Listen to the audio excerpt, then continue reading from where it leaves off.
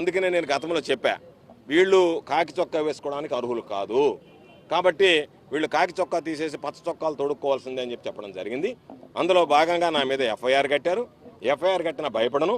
ఇటువంటి వ్యక్తులు సమాజాన్ని ఈరోజు మనం సమాజం ముందు ఉంచాల్సినటువంటిది వీళ్ళు దోషులా కాదా, నేరగాళ్ళ కాదా?